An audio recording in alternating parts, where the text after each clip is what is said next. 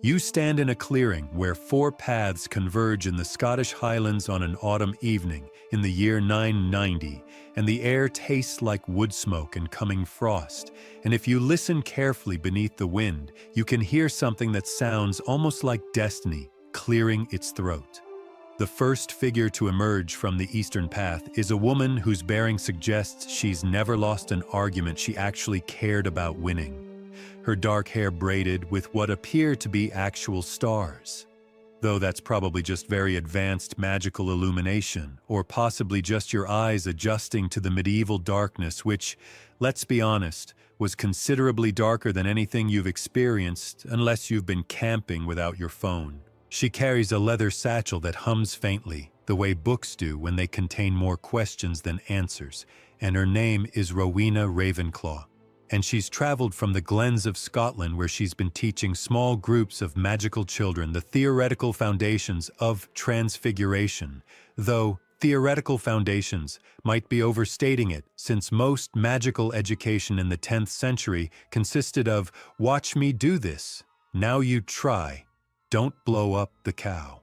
From the southern path comes a man whose sword hangs at his side with the comfortable weight of long companionship, his red cloak somehow managing to look both battle-worn and remarkably clean, which is quite a trick in an era when doing laundry meant hauling water from a stream and hoping the local spirits didn't take offense. This is Godric Gryffindor, and he's spent the last decade teaching young witches and wizards to duel with honor, which is a polite way of saying he's been trying to prevent magical teenagers from turning each other into various amphibians every time someone makes a comment about someone else's familiar.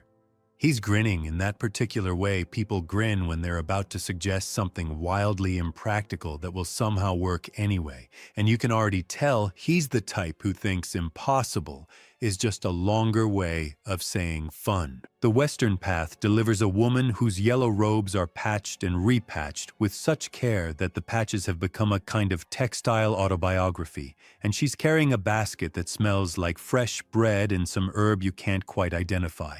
And this is Helga Hufflepuff, who has been quietly revolutionizing magical agriculture in Wales, while simultaneously running what amounts to an orphanage for magical children, whose gifts manifested in ways their non-magical families found difficult to accept. She has the kind of smile that makes you want to confess your problems and also possibly your entire life story. And she's brought enough food for all of them, plus several unexpected guests, because Helga Hufflepuff has never met a problem she didn't think could be at least partially solved with a decent meal and genuine kindness. The Northern Path naturally produces the most dramatic entrance, because Salazar Slytherin doesn't do anything by halves, and he emerges from the mist like he's being announced by invisible trumpets, his green traveling cloak beaded with moisture that might be fog or might be a deliberate aesthetic choice. He's been teaching pure-blood magical families the subtle arts of persuasion and political magic in the fens of Eastern England, and he has opinions about magical education that he's prepared to share at length. Though, to be fair, all four of these people have extensive opinions about everything, which is why they're meeting in a remote clearing rather than trying to have this conversation in a populated area where witnesses might complicate things. Now here's an actual historical fact that has nothing to do with magic but everything to do with timing. In the year 990, the Viking presence in Britain was entering a complex new phase, with renewed raids beginning after a relatively peaceful period, and the magical community was just as affected by these political upheavals as the non-magical one, which meant that many magical children were being displaced, their families scattered, their education interrupted by the inconvenient reality of having to flee from Scandinavian warriors who had no idea they were disrupting a charms lesson. The four founders, despite their very different approaches and philosophies, had each independently reached the same conclusion. Magical children needed a safe place to learn. Somewhere remote enough to be defensible, established enough to provide structure, and innovative enough to actually prepare students for a world that was becoming increasingly complicated, whether you used magic or not. So, Godric says, his voice carrying easily across the clearing in that way that suggests he's used to addressing groups of people who might not want to listen. We're really doing this? Building a school in the middle of nowhere? Stealing the best students we can find? Teaching them everything we know and hoping they don't use it to immediately conquer the known world? Rowena adjusts her star-braided hair with the patience of someone who has already had this conversation in her head 17 times. I prefer to think of it as creating a lasting institution for magical learning. But yes, essentially that, she replies, and you can hear the footnotes she's adding mentally to his characterization. Helga is already unpacking her basket, because she believes firmly that major life decisions should be made on a full stomach. And she's pulling out bread and cheese and what appears to be a roast chicken that is almost certainly larger than the basket it came from, which is early evidence of the kind of spatial magic that will eventually become Hogwarts' signature move. Salazar circles the clearing like he's inspecting it for weaknesses, both physical and social, and he finally nods. If we're to do this, we do it properly, he says, and there's something in his voice that could be ambition or could be genuine idealism or could be both, because people are complicated even when they're destined to become legendary. You watch as they sit together on fallen logs that Helga has somehow made comfortable without visible cushions, and they begin to talk, really talk, about what magical education could be. They debate whether students should live at the school or return home each evening, and Godric points out that half their potential students don't have homes to return to, which settles that question with uncomfortable efficiency. They discuss age ranges and whether 7-year-olds can be trusted with wands, and Rowena notes dryly that she's met 40-year-olds who probably shouldn't be trusted with wands, which gets a laugh even from Salazar. Here's a quirky historical detail that the founders would have known. In the 10th century, childhood, as we understand it, barely existed. Most children were expected to begin learning their life's trade by age 7, and nobility started serious education even earlier, so the idea of an 11-year starting age for Hogwarts wasn't randomly chosen, but was actually quite progressive, giving magical children a few extra years of childhood before the serious business of education began. The conversation shifts to curriculum, and this is where you can see the fault lines that will eventually become chasms, though right now they just look like creative differences between passionate educators. Godric wants to teach dueling and defense, the practical magics that keep witches and wizards alive in a dangerous world. Rowena wants to emphasize theory and innovation, pushing students to understand why magic works so they can invent new applications. Helga insists on teaching practical life magic, the spells that help you grow food and heal wounds and make a house feel like a home. And she's met with some initial skepticism until she points out that you can't duel very effectively if you've died of infected wounds or starvation, which is hard to argue with. Salazar wants to teach the political and social dimensions of magic, the ways that power can be accumulated and wielded.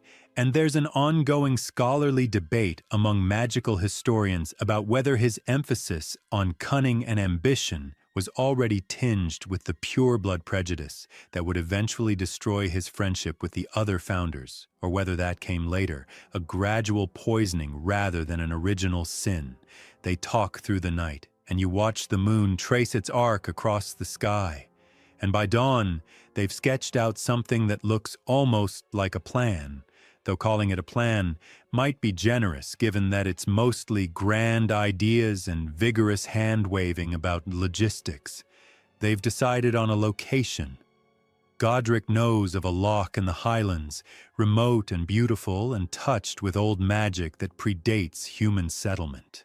They've agreed on a structure, 4 houses, each founded and led by one of them, because none of them can quite bear the idea of students who don't reflect their particular values and approaches, and also because they're all control enthusiasts in their own distinct ways. They've committed to taking students from all backgrounds, magical and mixed heritage alike, though you can see Salazar's jaw tighten slightly at this part, a tiny muscle movement that contains the seed of future catastrophe. As the sun rises and turns the mist golden, Rowena stands and looks at each of them in turn. 1,000 years from now, she says quietly, what will they remember of us? Hopefully that we were brilliant, Godric suggests, stretching like a cat. That we were kind, Helga adds, her voice soft but firm. That we were powerful, Salazar says, and there's something in the way he says it that makes you shiver despite the warming air. Rowena smiles, a complex expression that suggests she's already seeing futures the others can't quite imagine. They'll remember that we tried, she says finally, and perhaps that will be enough. You follow the four founders north through a landscape that looks like it's still deciding whether to be Scotland or simply its own category of dramatic geography, all purple heather and sudden cliffs and lochs that appear without warning like plot twists in stone and water, and the journey takes 3 days by foot and occasionally by broom, though 10th century brooms are less sleek racing machines and more agricultural equipment with delusions of grandeur. They arrive at the site Godric mentioned, and even you have to admit it's breathtaking.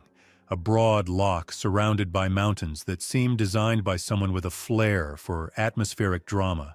And there's a rocky outcrop that juts into the water like an accusatory finger, and Rowena immediately starts pacing it off, her mind clearly already constructing castle blueprints in the architectural space between imagination and mathematics. Here's an actual historical fact that connects to construction. In the late 10th century, stone castle building was still relatively rare in Britain.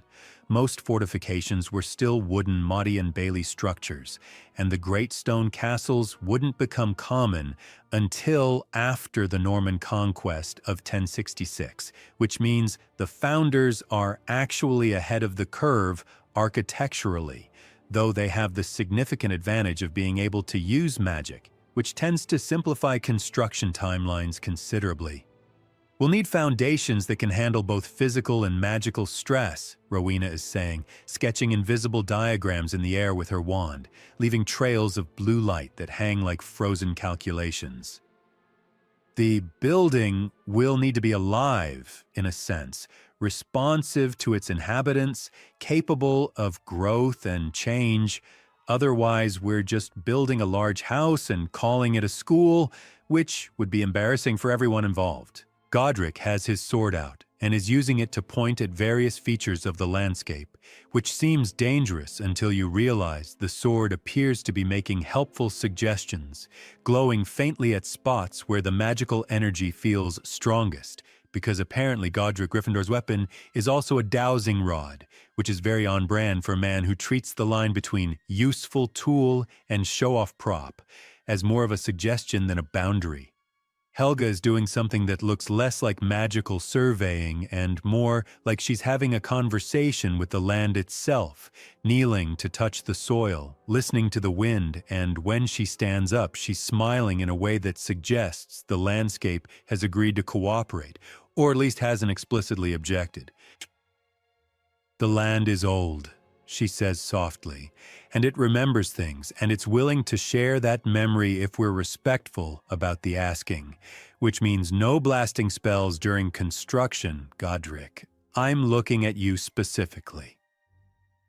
Godric has the grace to look slightly sheepish, which suggests he was indeed planning to use blasting spells during construction, because why wouldn't you?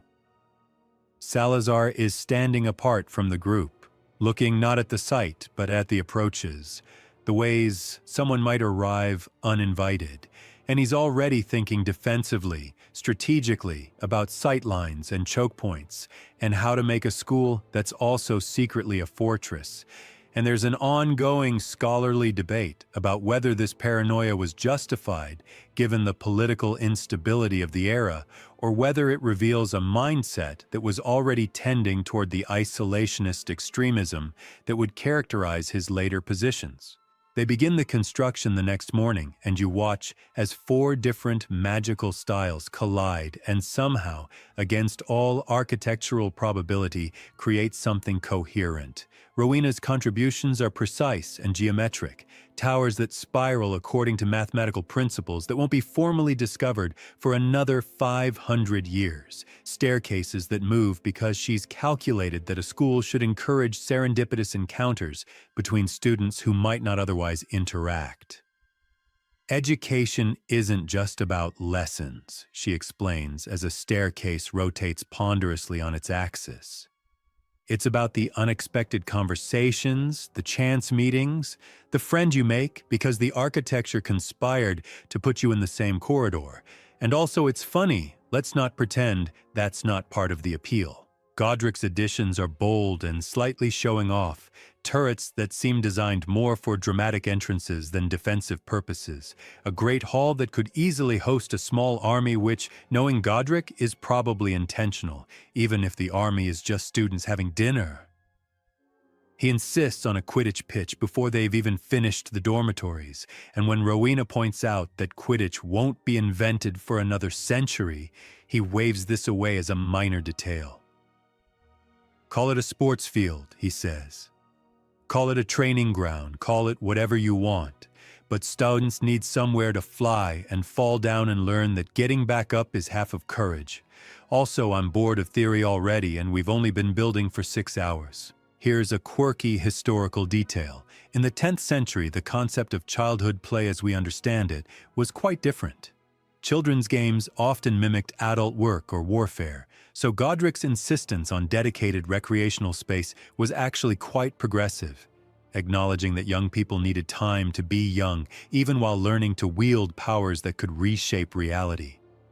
Helga's contributions are the ones you don't notice until you realize you're comfortable, that the temperature is always perfect, that there's always somewhere quiet to sit when you need to think, that the kitchens are vast and warm and connected to the rest of the castle by passages that somehow feel welcoming rather than service-oriented. She creates a common room for each house, and while the other founders are focused on making their spaces impressive, Helga is focused on making them feel like home, which is much harder magic than it appears. A student who feels safe learns better, she says simply, enchanting a fireplace to maintain exactly the right level of coziness year-round. And if that makes me less exciting than moving staircases or dueling chambers, well, I can live with that. Someone has to think about the students who aren't adventure seekers or academic prodigies. Someone has to care about the ones who just need somewhere they belong. Salazar's contributions are the most complex and the most troubling, secret passages that only reveal themselves to certain students. Chambers hidden so thoroughly that you suspect even the other founders don't know about all of them, and a dungeon system that seems excessive for a school until Rowena points out that they'll need secure storage for dangerous magical artifacts, at which point it seems merely over-prepared rather than paranoid. He's also insisting on elaborate blood wards keyed to magical lineage, and this is where the first real argument erupts, Helga standing firm that any child with magic should be able to feel welcome. Salazar arguing with increasing heat that power needs protection from dilution, and you can hear in his voice the ideas that will eventually make his name synonymous with prejudice, though right now they're still dressed in the language of preservation and safety. They compromise, as people building something together must, and the wards go up keyed to magical ability rather than magical ancestry. But you can see Salazar's dissatisfaction in the tight line of his shoulders. The construction accelerates as all 4 founders pour their power into the project, and you watch stone rise and wood bend and magic settle into the very foundations like a conscious decision to become permanent. Rowena creates a library that seems to extend further than the tower it occupies should physically allow. Shelves that reorganize themselves according to what the reader needs rather than any conventional cataloging system, which will drive organized students absolutely mad, but will produce some extraordinary research breakthroughs by forcing unexpected connections between disciplines. Godric insists on suits of armor in the corridors, enchanted to move and even engage in limited conversation, which Rowena calls an absurd waste of magical energy, and Godric calls ambiance, and they're both right. The castle grows for weeks, and you notice that it's not growing according to any plan they've written down, instead responding to their intentions, their arguments, their dreams, and their fears, becoming a physical manifestation of four powerful personalities, trying to create something larger than themselves. Doors appear where no door was planned, rooms reconfigure themselves, and Rowena finally laughs and stops trying to control it. "It wants to be alive," she says, watching a corridor gently adjust its length. "And perhaps we should let it. Perhaps the best schools are the ones that have opinions about their own architecture." The sleeping quarters pose another challenge because they need to house students from four houses, but also allow for some integration, some breaking down of barriers. And Helga proposes a system where the common rooms are house-specific, but the dormitories are positioned to encourage interaction in neutral spaces. And this compromise holds, though Salazar advocates for more separation than eventually manifests. They create bathrooms that clean themselves because none of them want to think about the alternative in a castle full of students, and Helga adds a hospital wing that's larger than seems necessary, staffed with diagnostic spells that can identify everything from dragon pox to simple homesickness, because she understands that healing isn't always about potions and spells. As the castle nears completion, they stand together, looking at what they've built, and it's enormous and impossible, and somehow exactly right. A building that looks like it's been standing for centuries, even though you watched it grow from nothing over a few extraordinary weeks. "We'll need staff," Rowena says practically. "We can't teach everything ourselves. We'll burn out in a decade. And also, there are subjects none of us are particularly good at, like history. We're terrible at history. We're living through it, but we have no perspective." And names. Godric adds, "We need to name this place. We can't just call it that school we built that lacks gravitas." They debate names for approximately 15 minutes before Rowena, with the air of someone ending an argument through sheer force of reasonableness, suggests Hogwarts, based on a plant she's seen growing near the loch. And while this seems almost whimsical given the magnificence of what they've created, it also feels right, a name that's earthy and strange and memorable, though the ongoing scholarly debate continues about whether this is the real origin or whether there's some other etymology lost to time. The name sticks, as good names do, and Hogwarts Castle stands complete, ready for students it doesn't yet have, full of magic it's still learning to contain, a monument to collaboration that will ironically become most famous for the house divisions and conflicts it will foster across the coming centuries. But you're watching it at the moment of its birth, and right now it's just four people's best attempt at building something that will outlast them, and the sunset turns its windows gold, and it looks like hope, given architecture, and perhaps that's enough for now. You watch as the first prospective students begin arriving at Hogwarts several weeks after the castle's completion, and arriving might be overstating it since most of them are essentially being collected by the founders on recruiting trips throughout Britain. And this is before the complicated system of letters delivered by owls, so it's much more of a direct sales pitch situation where one of the founders shows up at your house and says, "Your child is magical, and we'd like to teach them," and parents have to decide on the spot whether this is a wonderful opportunity or an elaborate kidnapping scheme. The first challenge, which none of the founders fully anticipated despite their combined wisdom, is that they now have approximately 40 students ranging from age 8 to 15, all with different levels of magical ability, all with different personalities and aptitudes, and exactly zero sorting mechanism for dividing them into houses. And if you think this wasn't a problem, you've never tried to organize children into groups. It's like herding cats, except the cats can set things on fire with their minds. Godric's initial proposal is characteristically straightforward. Have them duel. Whoever wins goes to my house. The clever ones go to Rowena's, the kind ones go to Helga's, and the ambitious ones go to Salazar's. Sorted in an afternoon. Done. Rowena points out several problems with this plan, starting with some of our students are 8 years old and can barely hold a wand, and ending with your system is essentially sort by who can commit violence most effectively, which seems like we're missing some nuance.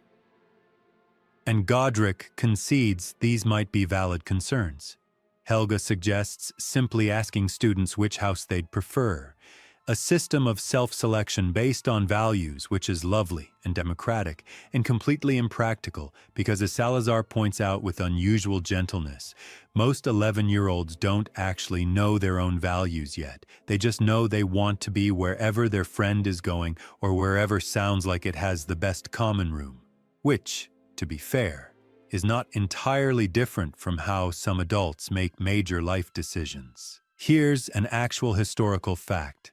In the medieval period, the concept of standardized testing or systematic evaluation was virtually non-existent.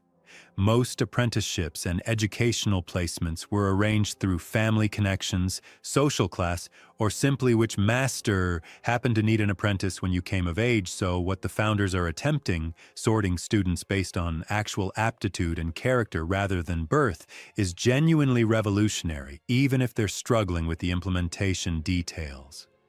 The debate continues for 3 days, during which the unsorted students are essentially on an extended vacation in a magical castle, which they seem to find delightful even if the founders find it stressful, and you can hear arguments echoing through the corridors at odd hours as the 4 of them try to reconcile their different visions of what sorting should accomplish. Rowena wants an intellectual challenge, a test of reasoning and knowledge, but Helga correctly notes that this would advantage students who've already had magical education and disadvantage those who are just discovering their powers, which seems unfair and also counterproductive if the point is to teach people things they don't already know.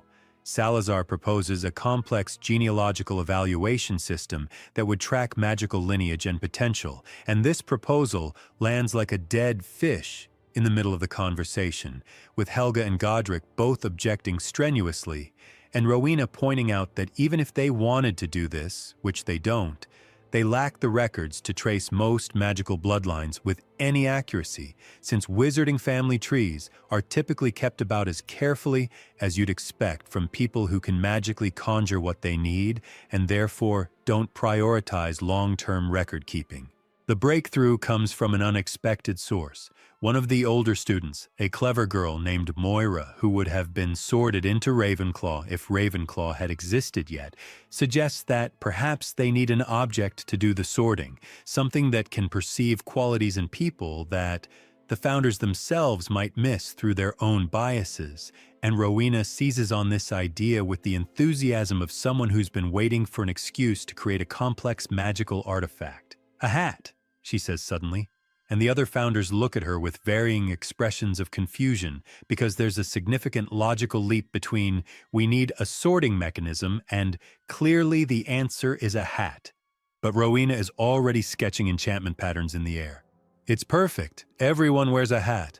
Well, not everyone, but enough people that it's not threatening. And we can enchant it to read thoughts and character and potential, and it can make decisions without favor or prejudice, assuming we craft the enchantments carefully, which I will, obviously."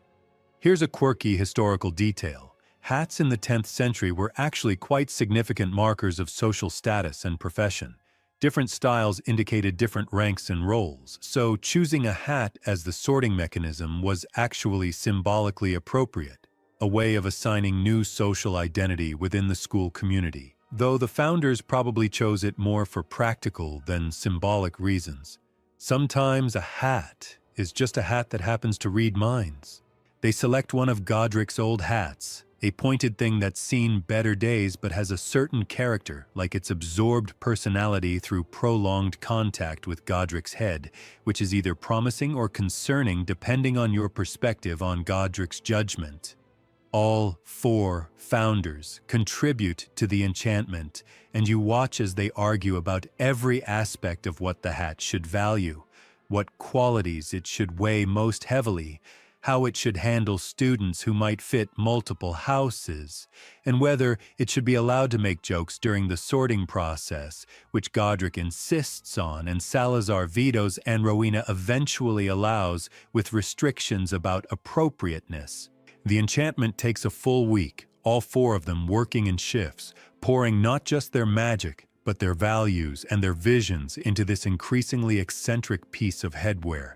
And by the end, the hat is not just sentient, but opinionated, capable of perceiving the potential and character of whoever wears it, and also apparently capable of composing songs on the fly, which was not explicitly part of the enchantment, but emerged from Godric's contribution, and now they're stuck with it.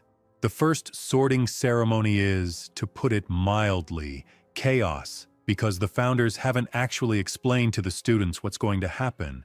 So when Rowena places the hat on the first student's head, and it begins speaking directly into her mind, the girl shrieks and tries to throw the hat across the room, which is a reasonable response to unexpected telepathy, even if it's not what the founders were hoping for.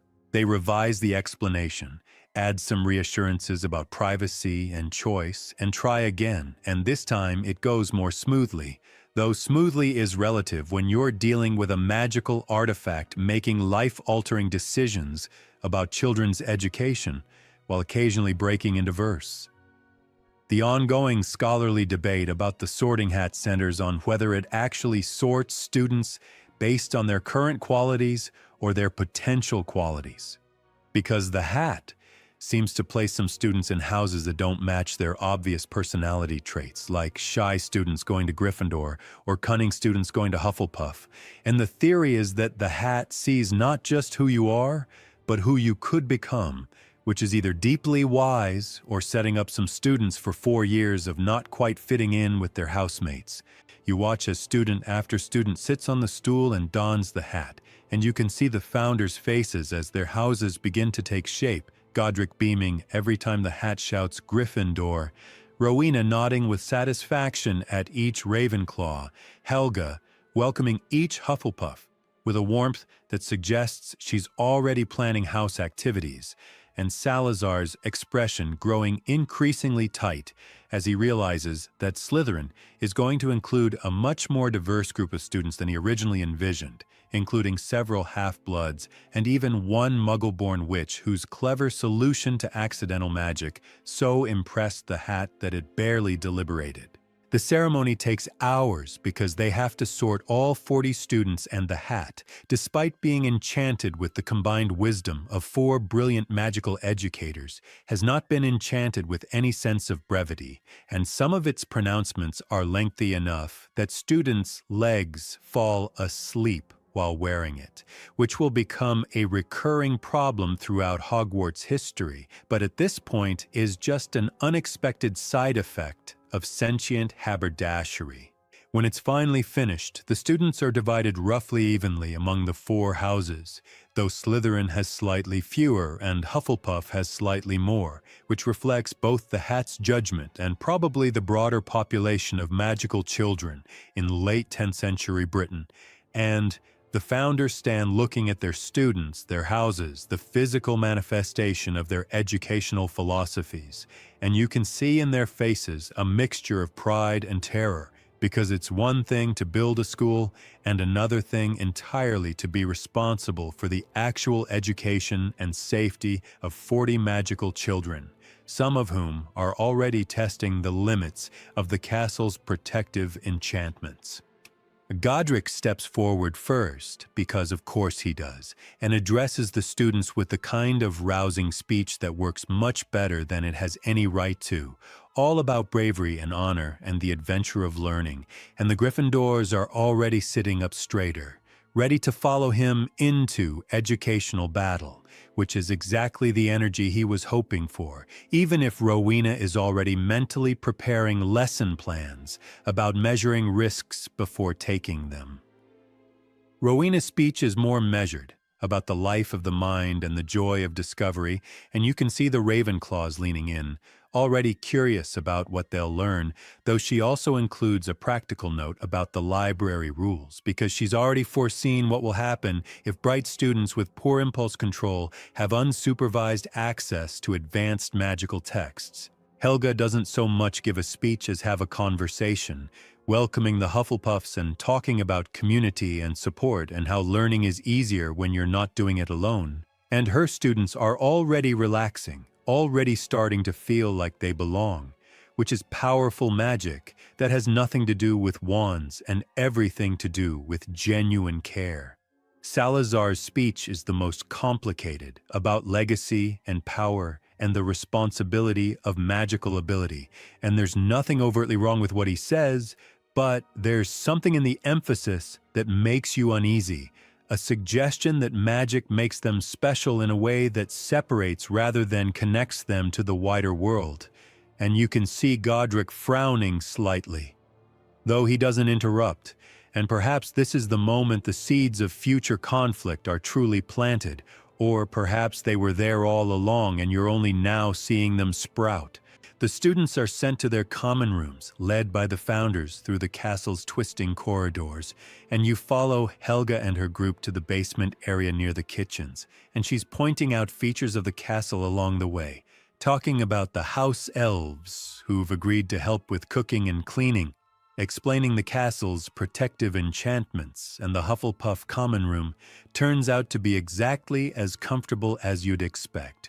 All warm colors and soft furniture and a fireplace that crackles with perpetual welcome, and the students settle in with the ease of people who found their place, at least for now, at least for these first innocent days before house rivalry and founder conflict will complicate everything. But tonight, they're just tired children in a magical castle, about to begin an education that will echo through 1,000 years of British magical history, and the sorting is complete. You stand in what will eventually be called the Transfiguration classroom, watching Rowena Ravenclaw teach the first formal lesson in Hogwarts history, and formal might be generous since she's essentially improvising based on her previous teaching experience and the specific group of students in front of her. 12 Ravenclaws ranging from 9 to 14 years old, all staring at her with expressions somewhere between eager anticipation and mild terror. Because turning things into other things sounds exciting, right up until you realize you could accidentally turn yourself into something unfortunate.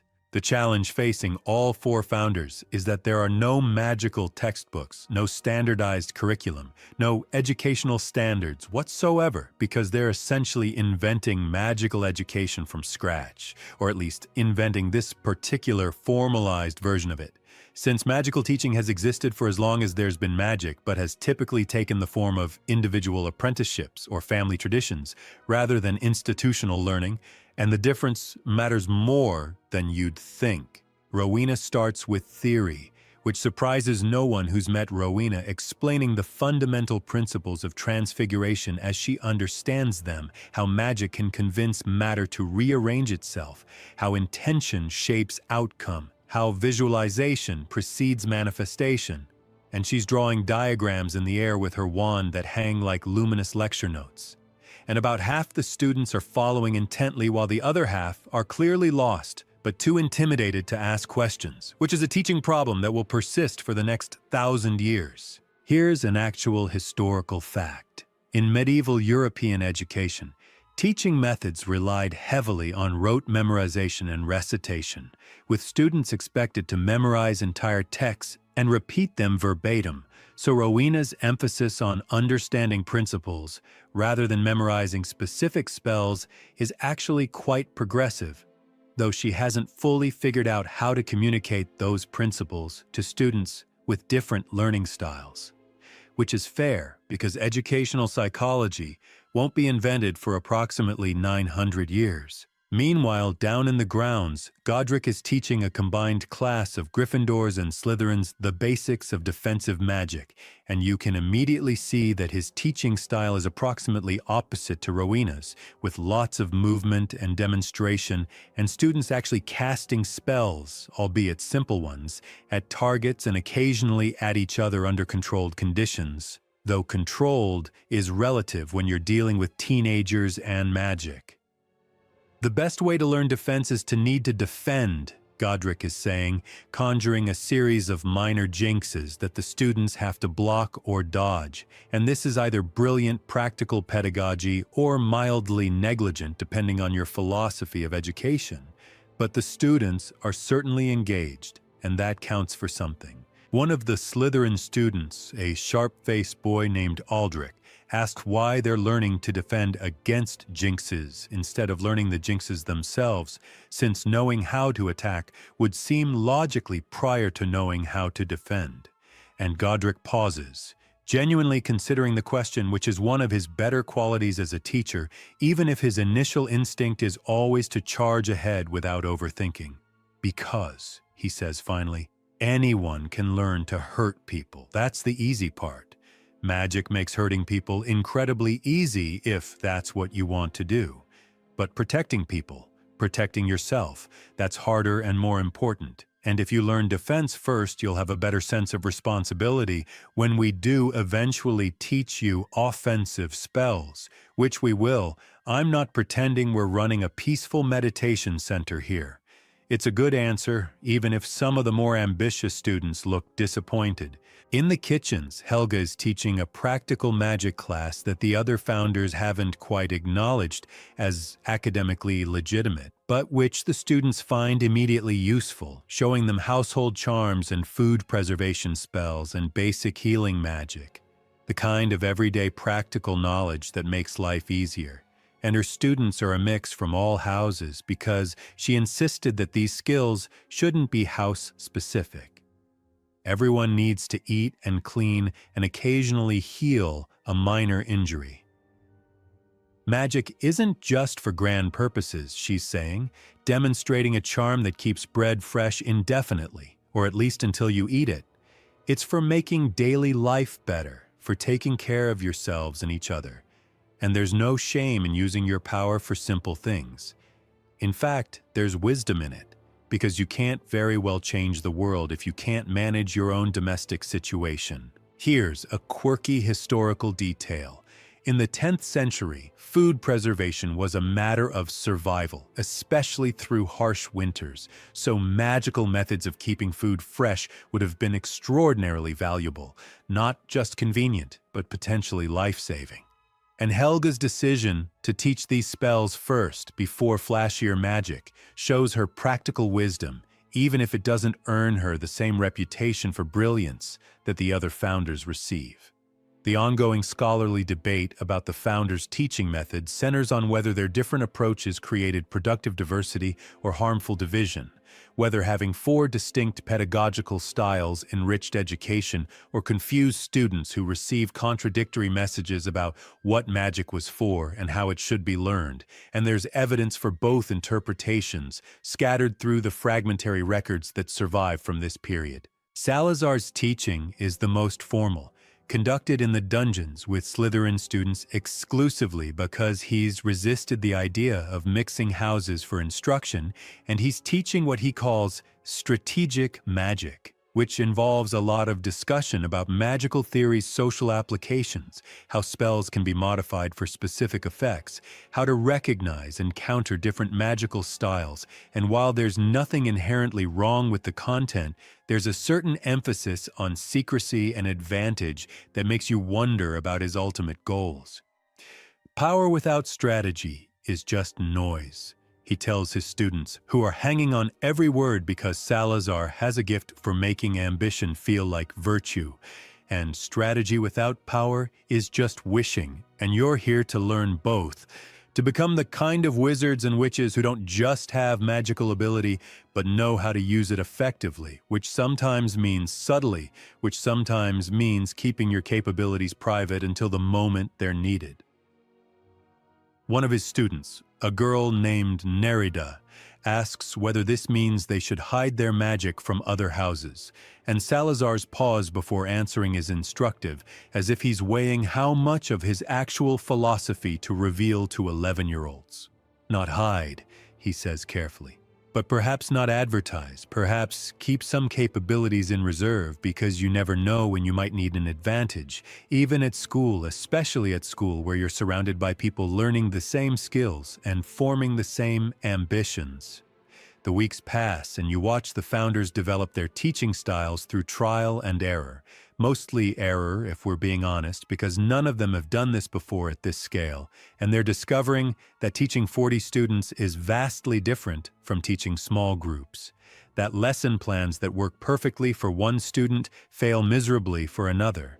That explaining something clearly to yourself doesn't mean you can explain it clearly to a 12-year-old who's never conceptualized magic as anything but accidental manifestations of stress or desire.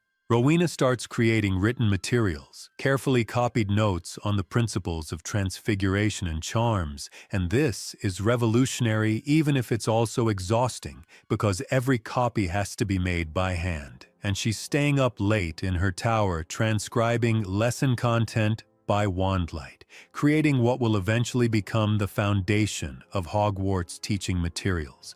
Though right now, they're just her increasingly frantic attempts to have something consistent to teach from, instead of making it up each morning. Godric discovers that some students are terrified of practical magic, of actually casting spells that could go wrong, and he has to develop a whole parallel teaching approach for students who need more reassurance and structure before they'll attempt anything that feels risky, which is good teaching practice, even if it goes against his instinct to just throw people into challenges and assume they'll figure it out. Courage isn't the absence of fear, he tells a crying Hufflepuff student who accidentally turned her quill into something that bit her. It's doing the thing anyway, but that doesn't mean you have to do it without support or preparation. Let's start smaller. Let's build your confidence. There's no shame in taking time to learn. Helga is the most natural teacher of the four, which perhaps shouldn't be surprising given that her entire philosophy centers on support and patience. And she's the one the struggling students gravitate toward, the one who somehow makes magic feel accessible rather than intimidating. And she's started holding extra sessions for students who are behind, not as punishment, but as additional help. And the other founders are beginning to realize that maybe practical magic and emotional support aren't separate from real education, but are actually foundational to it. Though Salazar resists this conclusion more than the others. The first major teaching crisis comes when a Gryffindor student named Edmund manages to partially transfigure himself during one of Rowena's practical exercises, ending up with scales instead of skin on his left arm, and everyone panics except Helga, who calmly reverses the transfiguration while explaining exactly what went wrong and how to avoid it. And this incident leads to the first staff meeting about safety protocols, which gets heated because Godric thinks students learn more from mistakes, if there are real consequences. Rowena thinks they need better theoretical grounding before attempting practical work. Helga thinks they need more supervision and smaller class sizes, and Salazar thinks they should only teach advanced magic to students who've proven themselves capable of handling it, which is elitist but not entirely unreasonable given that they're dealing with children who can accidentally alter reality. They compromise, as they must, establishing basic safety rules and agreeing to teach certain spells only to older students. But you can see the tensions building. 4 strong personalities with 4 different visions of education all trying to coexist in one institution. And it's working for now because the school is new and they're united by the shared project. But the cracks are already visible if you know where to look, which you do because you're watching from a perspective of historical hindsight that sees the tragedy already written into the foundation. The students, meanwhile, are learning, albeit slowly and with frequent setbacks, and you watch them progress from fumbling with basic spells to actually accomplishing small magics. A first-year Ravenclaw successfully transfiguring a button into a beetle. A Gryffindor managing a shield charm that actually stops Godric's test jinx. A Hufflepuff brewing a simple healing potion that removes the burn from another student's accidental fire spell. And these small victories accumulate into something that looks almost like education, rough and improvised but genuine. 4 founders teaching 4 groups of students 4 different versions of magic. And somehow, despite all the contradictions and conflicts and pedagogical uncertainty, it's working, at least for now, at least for these first few months before the deeper divisions emerge.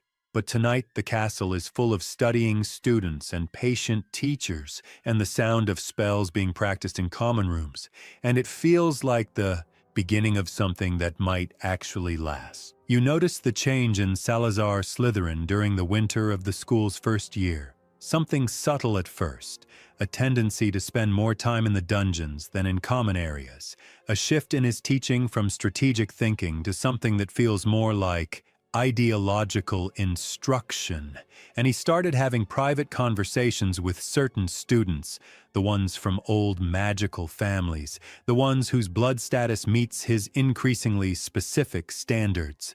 And the other founders notice but aren't quite sure how to address it without causing the confrontation they're all trying to avoid. The first concrete sign of trouble comes when Godric discovers that Salazar has been teaching additional classes, unofficial sessions not on the school schedule, focusing on what he calls traditional magical theory, but which seems to involve a lot of discussion about magical bloodlines and the supposed superiority of ancient wizarding families. And when Godric brings this up at a staff meeting, Salazar doesn't deny it, but instead defends it as preserving important magical heritage. And you can see Helga's face fall, because she's been hoping this tendency toward exclusivity would fade as Salazar spent more time with the diverse student body, but instead it seems to be intensifying.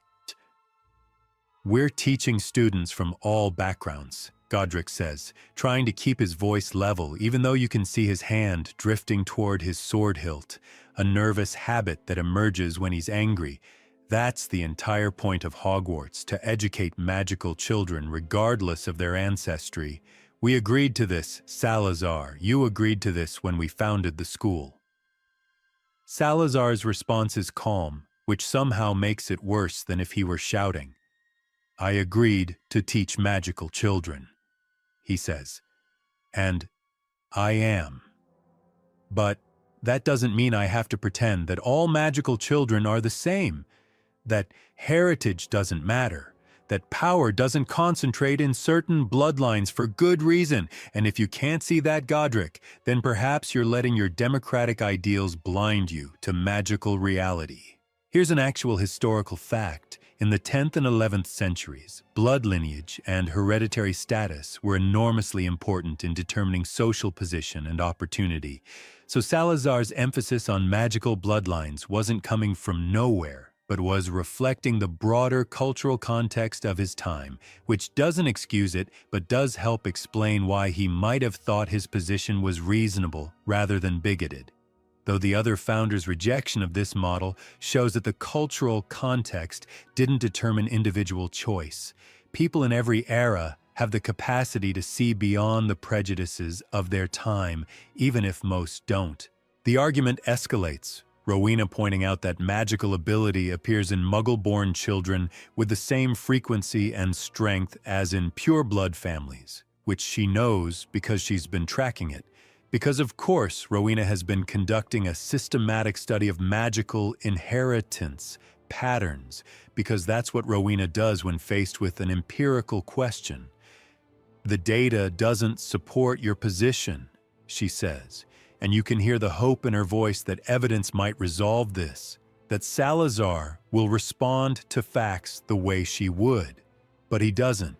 He dismisses her research as too limited, too influenced by her own biases, and suggests that true magical understanding requires more than just counting spell successes. And you can see Rowena's patience, which is extensive but not infinite, beginning to fray.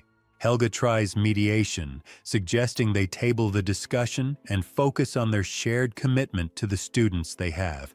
But Salazar isn't interested in tabling anything. He's reached some kind of decision point, and he's pushing forward, demanding that Hogwarts change its admission policies to prioritize pure blood students, or at least to maintain separate educational tracks for students of different blood status. And this is where Godric loses his temper, standing so quickly his chair falls over, and his hand is fully on his sword now, even though he's not drawing it. Because there are some disagreements that feel like they should be resolved with dueling, even when everyone knows that dueling won't actually solve anything. Absolutely not, Godric says, and his voice has gone quiet, which is more dangerous than shouting, "We're not creating a system that tells children they're less valuable because of who their parents are. We're not building a school that replicates the worst prejudices of the society we're trying to improve. And if you can't accept that, Salazar, then perhaps you need to reconsider whether you want to be part of this project." The meeting ends badly, no resolution, just four founders who are no longer quite sure they're working toward the same goal. And over the following weeks, you watch Salazar withdraw further, spending almost all his time with Slytherin students. And there are rumors that he's teaching them things that aren't on any approved curriculum, dark defensive spells and magical theory that edges toward what will later be categorized as the dark arts, though that categorization doesn't exist yet. Magic is just magic in the 10th century, without the moral classifications that will develop over subsequent centuries. Here's a quirky historical detail. The concept of dark magic as a separate category wasn't formalized until centuries after Hogwarts' founding. Originally, magic was categorized more by its difficulty and application than by any inherent moral quality. So Salazar teaching dark magic wouldn't have been quite as transgressive in his own time as it seems to modern sensibilities, though teaching students to view Muggle-borns as inferior would have been controversial in any era, at least among the other founders. The ongoing scholarly debate about this period focuses on whether Salazar's prejudices were present from the beginning, or whether they developed in response to some incident or series of incidents at Hogwarts, whether he came to the founding already bigoted, or whether something about the experience of teaching diverse students triggered a defensive reaction, a retreat into blood purity as a way of maintaining a sense of superiority and control. And the evidence is ambiguous enough to support multiple interpretations, which is frustrating for historians but probably accurate to the complexity of human psychology. The crisis point comes when Helga discovers something that makes your blood run cold even from 1,000 years' distance. Salazar has been building something in the castle's deepest chambers, using magic that none of the other founders recognize, and when they confront him about it, he's evasive at first, then defensive, and finally, when he realizes they won't drop the subject, he tells them. "A basilisk," he says, and Rowena actually gasps, because basilisks are incredibly dangerous, virtually unkillable, and their gaze is fatal to anyone who meets it directly, and the idea of keeping one in a school full of children is so monumentally irresponsible that it transcends recklessness and enters the realm of active malice. For protection, Salazar continues, as if this explains anything, the school needs defenses that can't be overcome by ordinary magic, and the basilisk will only respond to Parseltongue. Only I or my heirs will be able to control it, and it will remain hidden until the school is genuinely threatened, at which point it will protect Hogwarts from those who would destroy it or dilute its magical heritage. But everyone can hear what he's not saying, that he considers Muggle-born students themselves a threat, that his basilisk isn't meant to protect the school from outside enemies, but to purge it of students he considers unworthy. And this is the moment of fracture, the point where collaboration becomes impossible because the ideological gulf has grown too wide to bridge. Godric demands that Salazar remove the basilisk immediately, that he dismantle whatever chamber he's built and submit to oversight to ensure he's not creating other dangerous surprises. And Salazar refuses, argues that the other founders don't understand the threats facing magical society, that they're being naive about the dangers of magical dilution, and his language is becoming increasingly extreme, more openly prejudiced, and you can see that he's been building toward this confrontation, that perhaps he wanted to force a crisis that would allow him to either take control of Hogwarts' direction or leave entirely with his principles intact.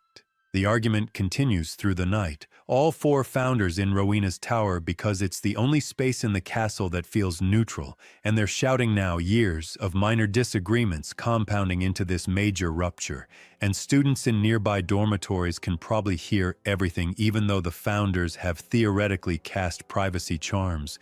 But privacy charms are hard to maintain when you're emotionally compromised and magically powerful. Rowena tries one last time to appeal to Salazar's rationality, presenting her data on Muggle-born students' performance, showing that they achieve at the same levels as pure-blood students once they've had equivalent training.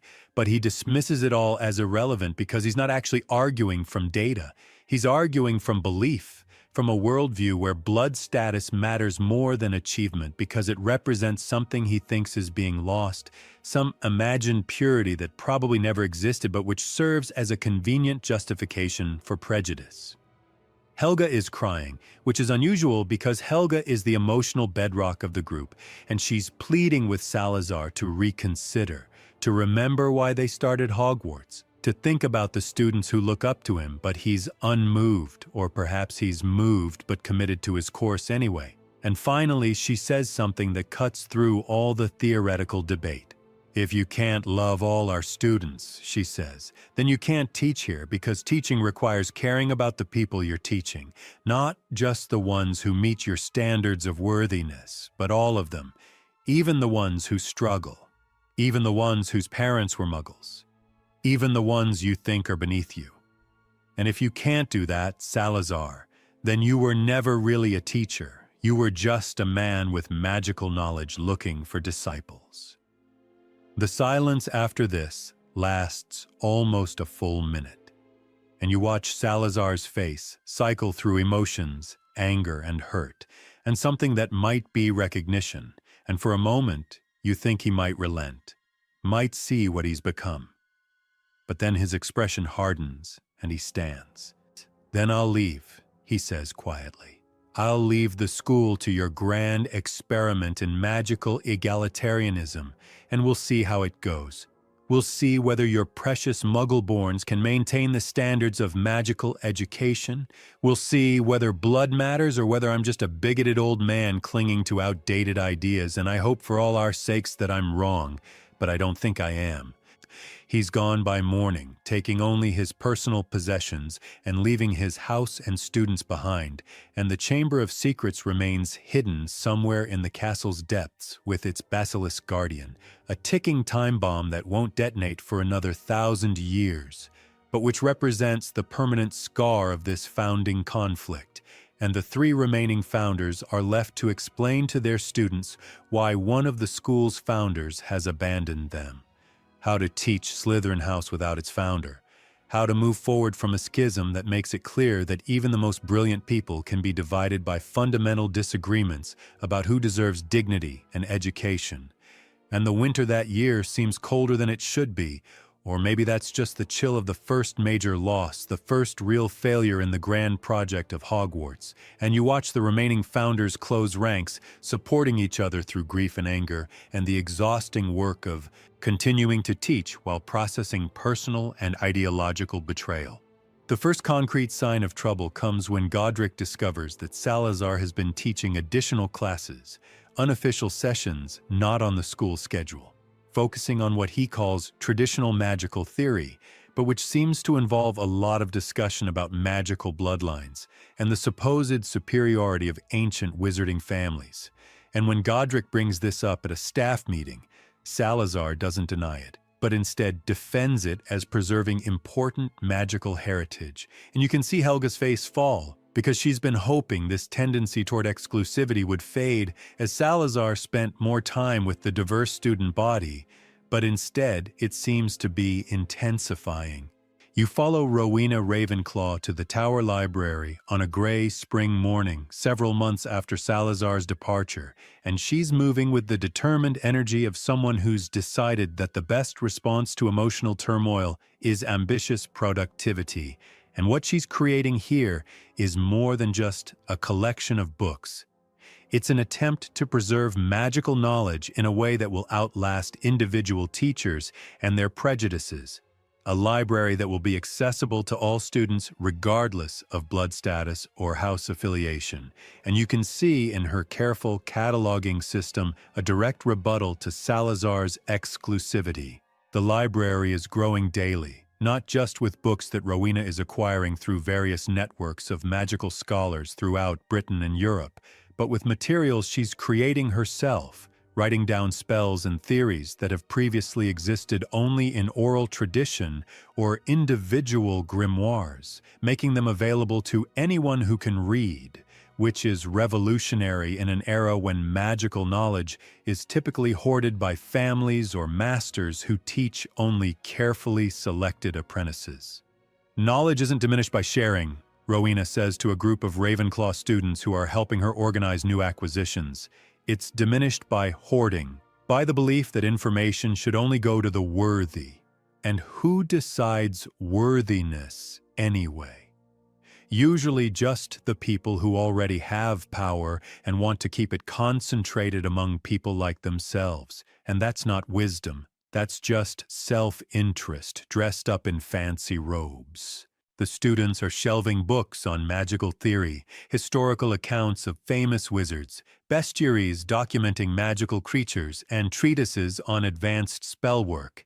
And Rowena is creating a classification system that's both logical and flexible, designed to help students find what they're looking for, but also to encourage serendipitous discovery-related books shelved near each other, so that researching one topic might lead you to adjacent ideas you hadn't considered. Here's an actual historical fact. The systematic organization of libraries was not common in 10th century Europe. Most book collections were relatively small and often organized by acquisition order or size rather than subject matter. So Rowena's creation of a subject-based cataloging system puts her ahead of most contemporary librarians, though she has the advantage of magic, which allows books to actually move themselves to new locations when the classification system is updated, which would have been tremendously helpful for real medieval librarians who had to physically relocate heavy manuscripts whenever they reorganized. Meanwhile, Helga Hufflepuff is expanding the kitchens, not just physically but conceptually, turning them into a teaching space where students from all houses can learn practical magic in an environment that feels welcoming rather than evaluative. And she's recruited a team of house elves who are genuinely enthusiastic about the project. And before you object to the house elf labor, remember that in this era, the relationship between wizards and house elves hasn't yet evolved into the complicated ethical situation it will become. And the house elves working at Hogwarts seem genuinely happy to be there, treated with respect by Helga, even if the other founders view them more as servants than collaborators. Helga's kitchen classroom is teaching students things that the other founders still don't quite consider real magic. How to encourage plants to grow faster and healthier. How to prepare food that provides magical nourishment beyond mere calories. How to create cleaning spells that don't damage what they're cleaning. How to brew simple remedies for common ailments, and the waiting list for her practical magic courses is longer than for any other class, which tells you something about what students actually value, even if it doesn't earn Helga the same historical reputation as the founders who taught more dramatic magic. Most of life is daily living, Helga tells a mixed class of second years who are learning to repair torn clothing with a simple charm. And magic that makes daily living easier is just as important as magic that wins duels or solves theoretical problems. Maybe more important because you'll use these spells every week for your entire life, whereas hopefully you'll never actually need to duel anyone, though I suppose Godric would disagree with that assessment. She's smiling as she says it, but there's an edge to the comment because she's still processing Salazar's departure, still wondering if they should have seen it coming, should have intervened earlier. should have somehow prevented the fracture that's left Slytherin House without a founder and the entire school with a shadow over its founding principles. Here's a quirky historical detail. In the medieval period, the repair and maintenance of clothing was enormously time-consuming and valuable work, with skilled seamstresses being highly respected artisans, so magical alternatives to sewing and mending would have been genuinely significant innovations, saving hours of labor that could be redirected to other activities, though this practical benefit rarely gets mentioned in magical histories that focus on more dramatic applications of magic. The ongoing scholarly debate about Helga Hufflepuff centers on whether she was genuinely as kind and uncomplicated as her reputation suggests, or whether she was actually quite politically savvy, using her nurturing persona to build influence in ways that the other founders didn't fully recognize, creating networks of loyalty among students and staff that would have given her considerable power within Hogwarts' social structure, even if she wielded that power gently. And there's some evidence for this more complex interpretation in the way she managed to keep Hufflepuff House functioning smoothly, while Slytherin House struggled after its founder's departure, suggesting organizational skills that go beyond simple niceness. You find Godric Gryffindor on the grounds with a group of older students, and he's teaching them advanced defensive magic, building on the basics they learned in their first years. And his teaching has evolved since those early chaotic days. He's developed more structure and progression while maintaining the hands-on approach that makes his classes both terrifying and effective. Defense isn't just about spells, he's saying, demonstrating a shield charm that adapts to different types of attacks. It's about awareness, about seeing threats before they fully develop, about protecting not just yourself, but the people around you who might not be as prepared. And yes, that sometimes means taking risks, putting yourself in danger to keep others safe. But that's not recklessness. That's courage. And there's a difference even if it sometimes looks similar from the outside. The students are practicing in pairs, one casting minor hexes while the other defends, and Godric is circulating among them, correcting stances, adjusting wand movements, offering encouragement that's specific enough to be actually useful rather than just generically positive. And you can see why his students are so loyal. He genuinely cares about their development, treats their progress as important even when they're struggling. One student, a Slytherin girl named Astrid, asks whether they should be learning offensive spells too, since defending implies there will be attacks, and shouldn't they be prepared to attack back? And Godric pauses, considering the question with the seriousness it deserves. Yes, he says finally, and we will, but I want you solid in defense first, because if you learn to attack before you learn to defend, you tend to solve problems by attacking, and that becomes a habit, and habits shape who you become. And I'd rather you become people who protect than people who attack, even though both skills are necessary. It's a more nuanced answer than you'd expect from someone with Godric's reputation for charging into situations, and it makes you wonder if maybe the historical caricature of Gryffindor as all bravery and no thought is missing some complexity. Or maybe he's learned from watching Salazar's gradual radicalization. Maybe he's realized that teaching combat magic requires extra attention to ethics and restraint. And speaking of attention, I'm really curious, from which part of the world are you watching this video? Write your country in the comments. Let's see how far this little story has traveled. The three remaining founders have developed a rhythm without Salazar, a different dynamic that's less contentious but also less comprehensive. They're missing the strategic thinking and ambition that Slytherin brought, even if they don't miss the prejudice and exclusivity.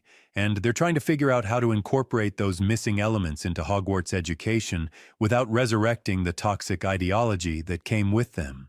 Rowena has taken over teaching advanced magical theory to Slytherin students, bringing her characteristic rigor, but also a gentleness she doesn't usually show, aware that these students have lost their founder and might be feeling abandoned or judged by association, and she's working hard to demonstrate that the other founder's disagreement with Salazar doesn't extend to his students, that they're still valued members of the Hogwarts community.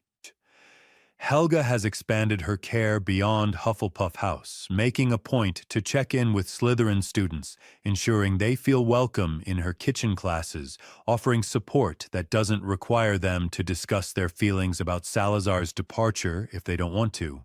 Just consistent presence and care that communicates belonging without demanding processing. Godric has been harder on Slytherin students in some ways, expecting more from them in defense classes, pushing them to prove that they're learning magic for protection and community rather than domination and self-interest. But it's the kind of high expectation that paradoxically communicates respect, the belief that they're capable of rising to a higher standard. The library and the kitchens become the heart of Hogwarts in this period. Rowena's Tower of Knowledge and Helga's Basement of Care, two different approaches to healing the wound Salazar's departure left, and students from all houses gravitate to these spaces, studying in the library until late at night, gathering in the kitchens for early breakfast or late snacks and the kind of informal conversations that happen when you're comfortable and well-fed. You watch a group of students from different houses working on a joint project in the library, a fourth-year Gryffindor helping a second-year Slytherin with transfiguration theory, a Ravenclaw and a Hufflepuff collaborating on a charm that combines efficiency with kindness. And this is what the founders hoped for, this cross-house collaboration and mutual support, even if they didn't fully achieve it during Salazar's tenure. In the kitchens, Helga is teaching a Slytherin boy named Marcus how to brew a calming draft, and she's talking about how magic and emotion are connected, how your mental state affects your spell work and your spell work affects your mental state, creating feedback loops that can be virtuous or vicious, depending on how you manage them. Salazar taught you that. Power is what matters, she says gently, and he wasn't entirely wrong. Power does matter, but what matters more is what you do with it. Whether you use it to elevate yourself at others' expense, or whether you use it to make things better for everyone, including yourself. And I know that sounds naive, Marcus. I can see you thinking it, but I've been doing this a long time, and I've seen what happens to wizards who accumulate power without care. And it's not pretty, and more importantly, it's not happy. They end up isolated and paranoid like Salazar ended up, and I don't want that for you or any of our students. The spring turns to summer, the first year drawing to a close, and the three founders stand together looking out over the grounds where students are enjoying the weather, studying under trees, practicing spells on the lawn, and despite everything that's happened, despite the fracture and the loss, and the ongoing work of holding the school together, there's something here that's working, something that feels like it might actually last, and Rowena speaks first. "We should document this," she says.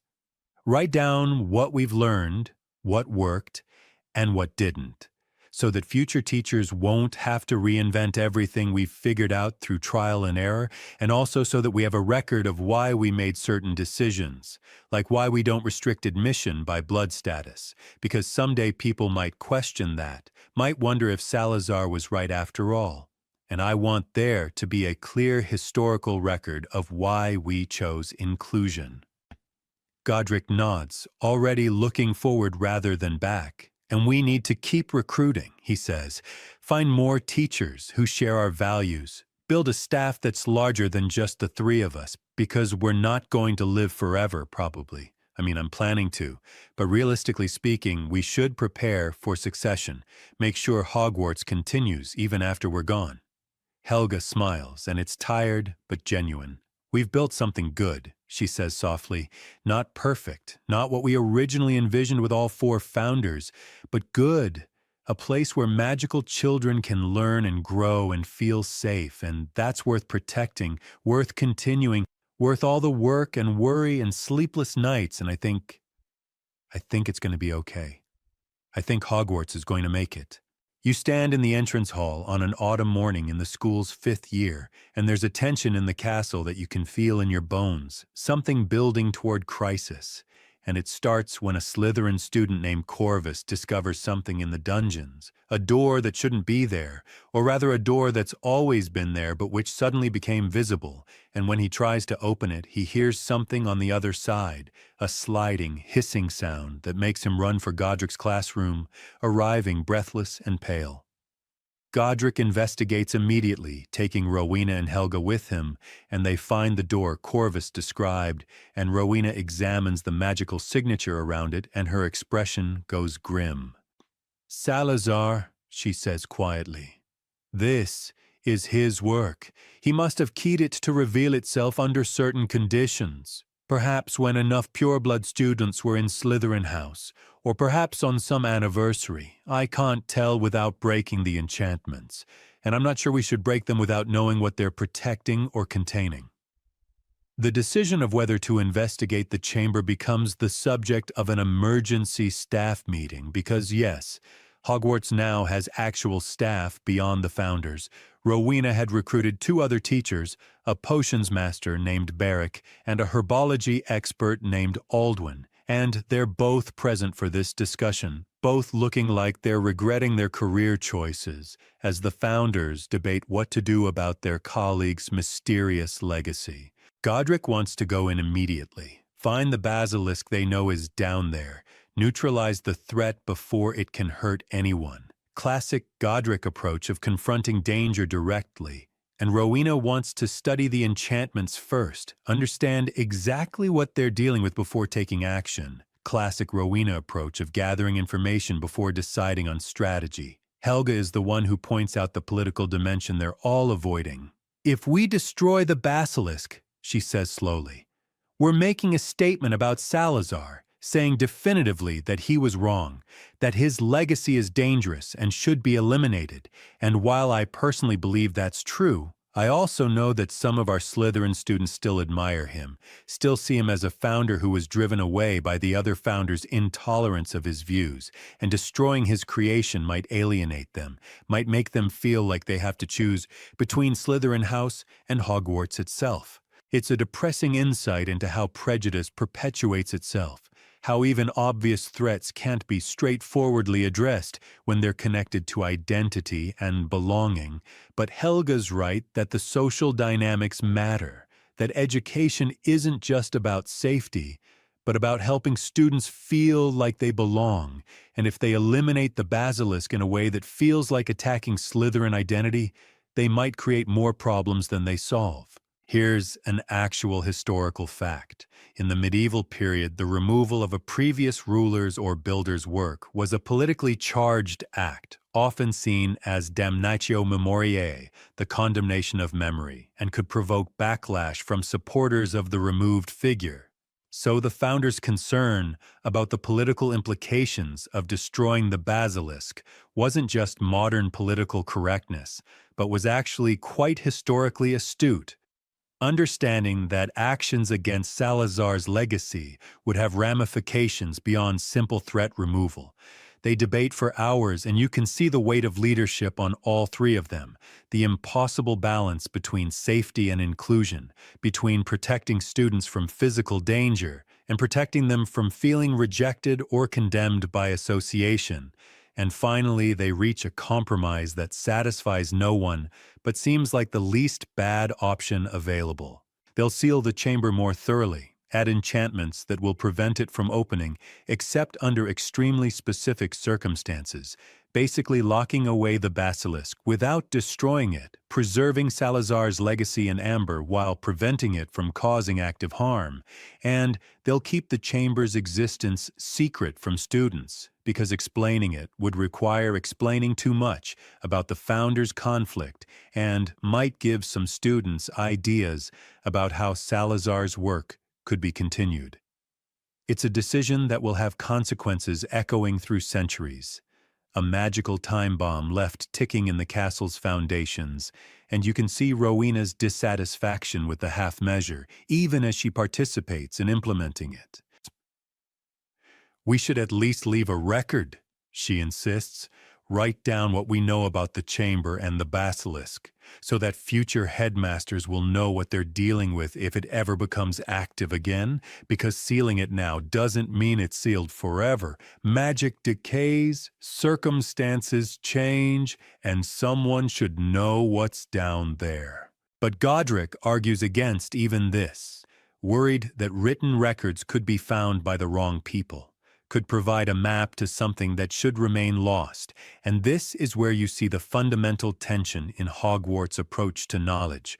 Rowena's belief that information should be preserved and shared versus Godric's belief that some things are safer forgotten, and they're both right and both wrong, and they end up compromising again, creating an encrypted record that requires specific magical keys to access, hidden in Rowena's private study where it will eventually be lost when she dies, because encryption is only useful if someone remembers how to decrypt, and memory fades faster than magic. The chamber incident marks a turning point in how the founders think about Hogwarts' future. They're starting to realize that they won't always be here, that the school needs to be able to function without them, needs structures and systems that don't depend on the founders' specific knowledge or relationships. And this is when they start formalizing things that have been informal, writing down policies, creating official positions, building institutional memory that can survive individual departures.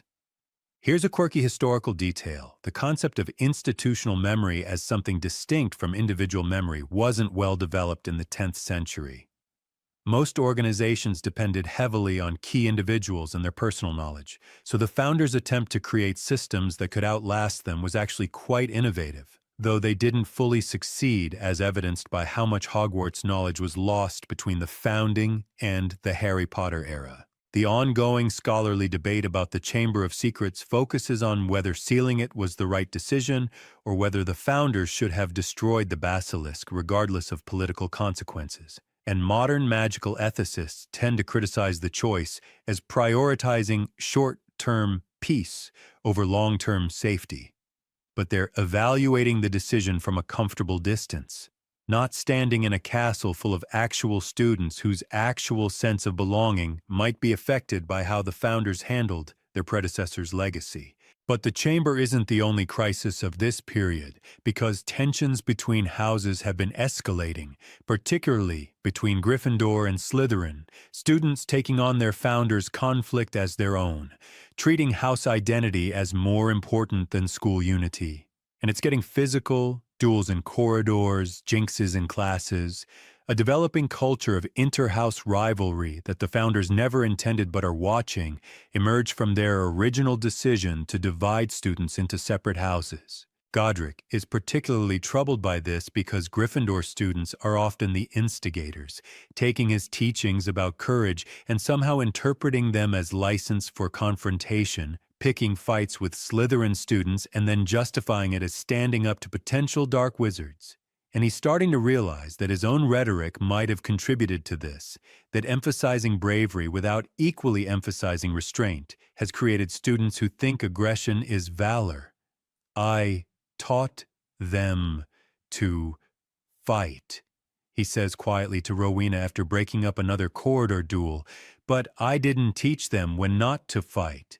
Didn't emphasize that sometimes courage is walking away, sometimes bravery is not responding to provocation, and now they're looking for battles that don't need fighting, and I don't know how to unteach what I've already taught. Rowena's response is characteristically direct. You teach them now. You admit you emphasized one dimension of courage at the expense of others. You model the behavior you want to see by acknowledging your own role in creating the problem. And then you teach restraint as explicitly as you taught confrontation. Students can learn new things, Godric. They're not locked into their current behavior patterns. It's good advice, and Godric takes it, starts teaching his defensive classes with more emphasis on de-escalation, on recognizing when conflict is necessary versus when it's just ego, on protecting others without creating more danger, and you can see some students responding well while others are disappointed. They like the straightforward warrior version of Gryffindor values better than this more complex ethical framework. Meanwhile, Slytherin House is struggling with Salazar's absence in new ways. Some students embracing the more inclusive environment under Rowena's teaching, but others growing more radical, interpreting their founder's departure as martyrdom, treating his blood purity beliefs as a sacred legacy that's being suppressed by the other founder's political correctness. And there's a group of older Slytherin students who are essentially creating a shadow curriculum, teaching each other what they imagine Salazar would have taught, which is mostly prejudice dressed up as magical theory. Helga discovers this when a second-year Hufflepuff is hexed by a third-year Slytherin who apparently thinks Muggle-borns shouldn't be allowed to practice magic in front of purebloods, and this is where Helga's legendary patience finally runs out, and she confronts the entire Slytherin house in their common room, and it's the angriest any student has ever seen her, and somehow that makes it more effective than if she yelled all the time. "Phew, you will not," she says, and her voice is shaking but firm. "Turn this school into a place where some students are afraid because of their parentage. You will not use Salazar's name to justify cruelty. You will not create a hierarchy of human worth based on something as arbitrary as blood status. And if you cannot accept that all magical students deserve respect and safety, then you do not belong here. And I don't care if you're in Slytherin House. I don't care if you come from the oldest magical family in Britain. This is not negotiable. This is the foundation on which Hogwarts stands, and you will respect it, or you will leave." The speech echoes through Slytherin House, and in the immediate aftermath there's resentment, students feeling attacked and defensive. But over time it becomes a reference point, something students remember when they're tempted toward prejudice.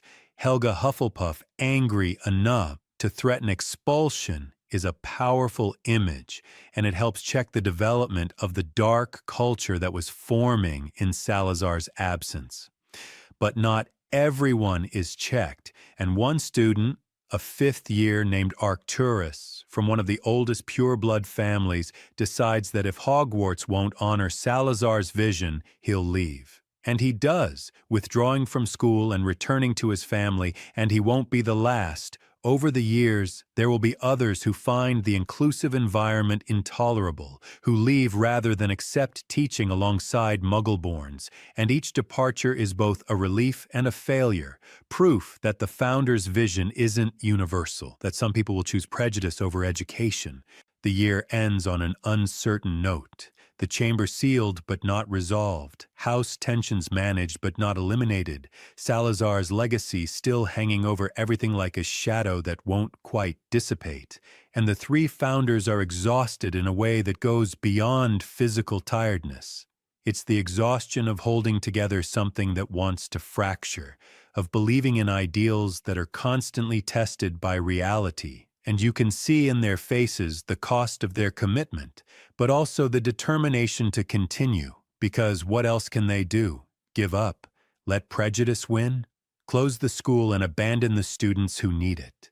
You drift through Hogwarts on a quiet evening decades after the founders' deaths, and the castle is full of students who never knew Godric's laugh or Rowena's precision or Helga's warmth, who learn about the founders from stories and portraits and the houses that bear their names. And somehow the school is still here, still teaching, still imperfectly trying to live up to its founding ideals. And there's something both sad and hopeful about that continuity. The way institutions outlast their creators, carrying forward both the dreams and the contradictions of their founding. The library that Rowena built has grown beyond anything she could have imagined. Thousands of books now where she started with hundreds. Her classification system still functioning, though adapted and expanded by subsequent librarians, and students still discover unexpected knowledge by following her designed serendipity, still have those moments of connection between ideas that she believed were essential to real learning, and her tower still lights up at night with students studying late, exactly as she hoped it would. The kitchens that Helga established are still warm and welcoming, still teaching practical magic to students from all houses. though the lessons are more formalized now, actual courses rather than informal gatherings. But the spirit of care and inclusion that she brought to her teaching still permeates the space. Students still feel safe there, still learn that magic is for daily life as much as for grand purposes, and the house elves still work there, their status more complicated now, but their commitment to the school unchanged. The grounds where Godric taught defense have hosted generations of students learning to protect themselves and others. His emphasis on courage tempered over time with the restraint he learned to value, and while Gryffindor House still sometimes tips toward recklessness. There's also a strong current of genuine bravery, students standing up for what's right even when it's difficult, protecting the vulnerable even when it's risky, and that's his legacy, imperfect but real. And Slytherin House, controversial Slytherin House, is still here despite its founder's departure, still producing ambitious students who achieve remarkable things, though the blood purity ideology that Salazar championed has hopefully faded, though you know from your historical vantage point that it hasn't. Not entirely, that it will resurface periodically throughout Hogwarts history, each generation having to refight the battle between inclusion and exclusivity, between seeing magic as something that unites or something that divides, and that's exhausting but also somehow appropriate because moral progress isn't linear. Each generation has to choose its values, can't just inherit them passively from the founder's example. The castle itself is alive in ways the founders would recognize and ways they wouldn't, the moving staircases still creating those serendipitous encounters Rowena designed. But there are also new features, new rooms, new mysteries, because Hogwarts has always been more than the sum of its founders, has always had its own opinions about its architecture and purpose, and it's grown and changed to meet the needs of each generation of students, sometimes anticipating those needs before anyone articulates them. You float through a common room where students from different houses are studying together, a collaboration that would have pleased all the founders. And they're helping each other with assignments, sharing notes, teaching each other spells, and no one is thinking about blood status or founder conflicts. They're just students learning together, which is the simple, powerful thing that Hogwarts enables when it's working well.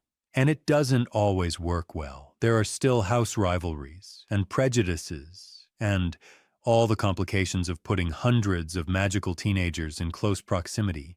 But there are also these moments of straightforward cooperation, and maybe that's enough.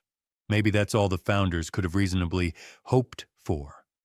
A place where such moments are possible even if they're not guaranteed. The portraits of the founders watch from the walls, magical impressions left behind when they knew their time was ending. And they're not really the founders, just echoes of them, but they carry some essential quality.